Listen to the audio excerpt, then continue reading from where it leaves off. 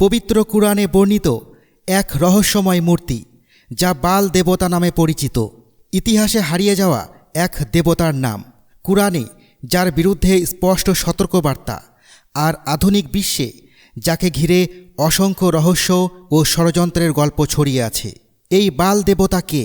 কেন নবী ইলিয়াস আলাইহিসসালাম তার উপাসনার বিরুদ্ধে দাঁড়িয়েছিলেন? আর কেন আজও তার নাম নিয়ে বিভ্রান্তি তৈরি হয়? এই ভিডিওতে আমরা উন্মোচন করব সেই বাস্তব ইতিহাস, যেখানে সত্য, ভয়, বিশ্বাস এবং বিভ্রান্তি একসাথে জড়িয়ে আছে। এই সত্তাকে অনেকে বাল, বেলজেবুব বা বালজিবুল নামেও চেনে। এটি এমন এক সত্তা যা প্রতিটি যুগে, প্রতিটি রেওয়াজ এবং প্রতিটি ধর্মের মধ্যে কোনো না কোনো রূপে বিদ্যমান ছিল, কখনো গোপনে, আবার কখনো প্রকাশ্যে। এটি শুধু একটি উদাহরণ নয়, বরং এটি একটি ব্যবস্থা, এমন একটি সিস্টেম বা প্যাটার্ন যা মানব ইতিহাসে বারবার মাথাচাড়া দিয়ে উঠেছে। আর সবচেয়ে অদ্ভুত ব্যাপার হলো, শয়তান প্রতিটি জিনিসে আল্লাহর অনুরূপ কিছু তৈরি করতে চায়, কিন্তু একটি জায়গায় এটি সম্পূর্ণ ভিন্ন। আল্লাহ চান মানুষ তাকে জানুক, আর শয়তান চায় মানুষ তার কথা যেন উচ্চারণই না করে, যাতে মানুষ না বুঝেই তার ব্যবস্থার অংশ হয়ে যায়। বালের কথা প্রথমবার উল্লেখ পাওয়া যায় 1928 সালে সিরিয়ার রাস সামরা নামক এলাকায়, যাকে উগারিত বলা হয়। সেখানকার কিছু মাটির ট্যাবলেটে এর বিবরণ ছিল। এই ট্যাবলেটগুলো মূলত উগারিটিক নামক এক প্রাচীন ভাষায় লেখা হয়েছিল। মানব ইতিহাসের বহু জায়গায় বালের মূর্তি পাওয়া গেছে। প্রাচীন সিরিয়া, লেবানন, ফিলিস্তিন, মিশর এবং এমনকি গ্রিক ও রোমান সভ্যতাতেও এর নিদর্শন মিলেছে। এগুলোতে একটি ডিভাইন কাউন্সিল বা ঐশ্বরিক সভার উল্লেখ পাওয়া যায়, এমন এক আকাশমণ্ডলীর সভা যা পৃথিবীতে শাসন কায়েম করত। সেই সভার প্রধান ছিল এল, আর এর সাথে দুটি চরিত্র ছিল।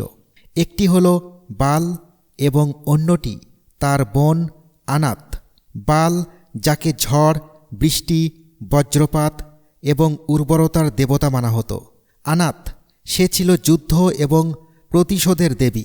কিছু বর্ণনায় তাদের ভাই বোন, আবার কিছু বর্ণনায় প্রেমিক প্রেমিকা বলা হয়েছে। এমন এক জুটি যা জীবন ও মৃত্যু, বৃষ্টি ও রক্তের সংমিশ্রণ ছিল। 2015 সালে সিরিয়ায় ইসরায়েলি বাহিনী 4000 বছরের পুরানো বালের একটি মন্দির ধ্বংস করেছিল। প্রাচীন লিপি অনুযায়ী বাল সামুদ্রিক ড্রাগন লোতান বা লেভিয়াথানের সাথে যুদ্ধ করে ঝড়ের উপর নিয়ন্ত্রণ নিয়েছিল। এই কাহিনীকে মানব ইতিহাসের প্রথম ক্রিয়েশন মিথ বা সৃষ্টির পৌরাণিক উপাখ্যান হিসেবে ধরা হয়।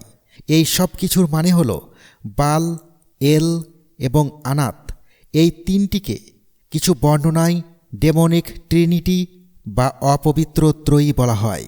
গল্পের পটভূমি তো জানা গেল, এবার এই কাহিনী আমাদের নিয়ে যায় হজরত নূহ আলাইহিসসালামের প্লাবনের আগের যুগে।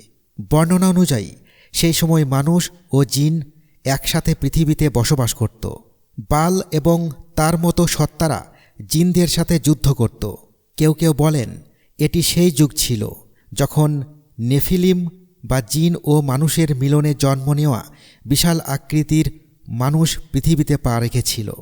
এই লোকেরা বালের মতো দেবতাদের পূজা করত এবং তাদের নামে কোরবানি দিত।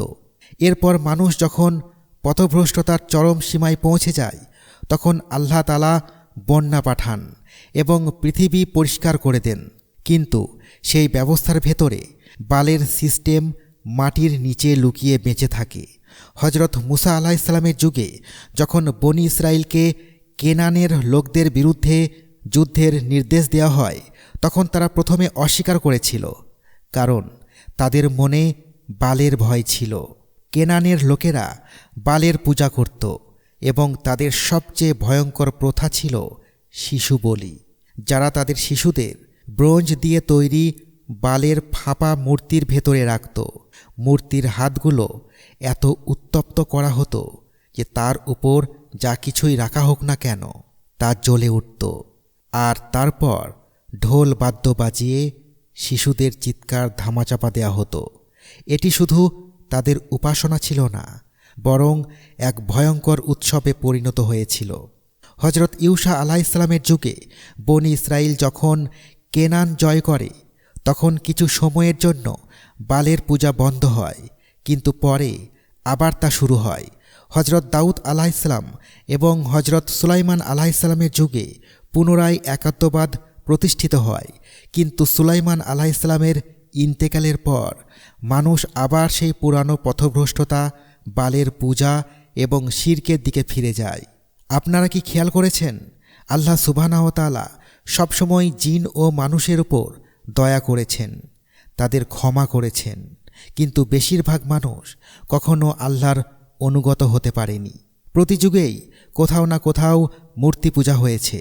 আর মনে রাখবেন, শিরক এই মহাবিশ্বের সবচেয়ে বড় পাপ। যাই হোক, এরপর আল্লাহ তাআলা হজরত ইলিয়াস আলাইহিসসালামকে পাঠান।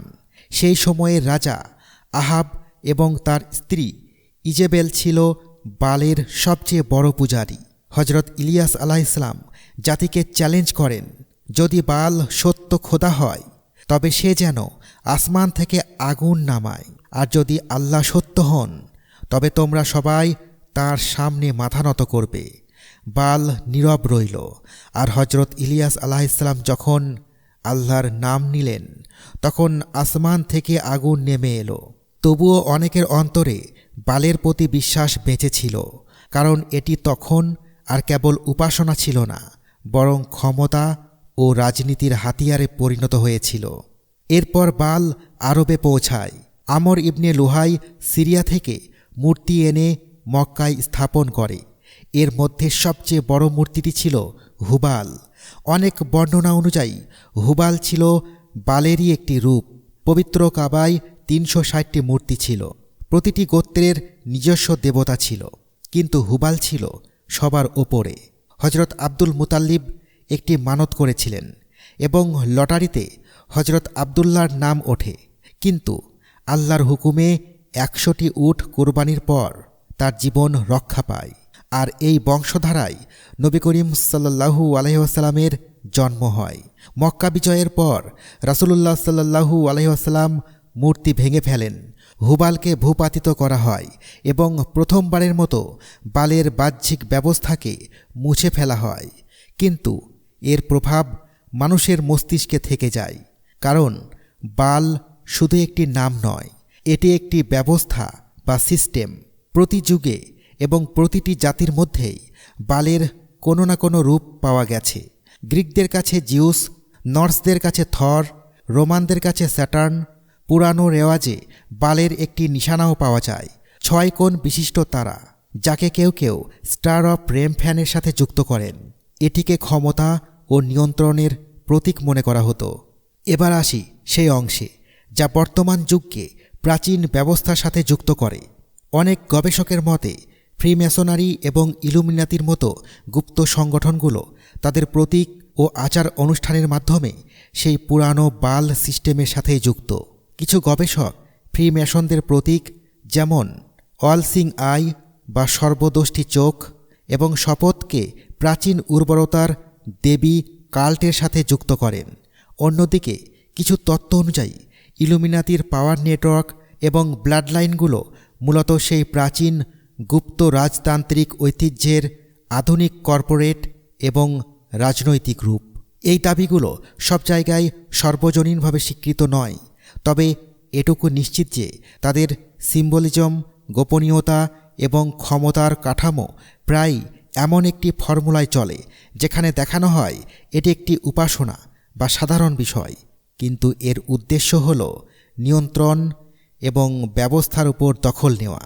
এই দাজ্জালি ব্যবস্থা সবসময় একটি কাজই করে এসেছে, মানুষকে আল্লাহ থেকে দূরে সরিয়ে নেওয়া, মানুষকে ভয়, অজ্ঞতা, লোভ এবং ধর্ম থেকে স্বাধীনতার ধোঁকায় ফেলা। যদি মরতেই না হয় তবে দুনিয়ায় যা ইচ্ছা তাই করো, আর যখন মরতেই হবে তখন তো সেটাই করতে হবে যা আল্লাহ তাআলা বলেছেন, আর এটাই এই জীবনের সত্য। শয়তান চায় মানুষ তার নাম নেওয়া বন্ধ করে দিক, যাতে তার ব্যবস্থা চলতে থাকে। কিন্তু আসল জয় তখনই হয় যখন মানুষ তার ভয়কে ভেঙে ফেলে। আজও বালের ব্যবস্থা বেঁচে আছে, শুধু নামগুলো বদলে গেছে।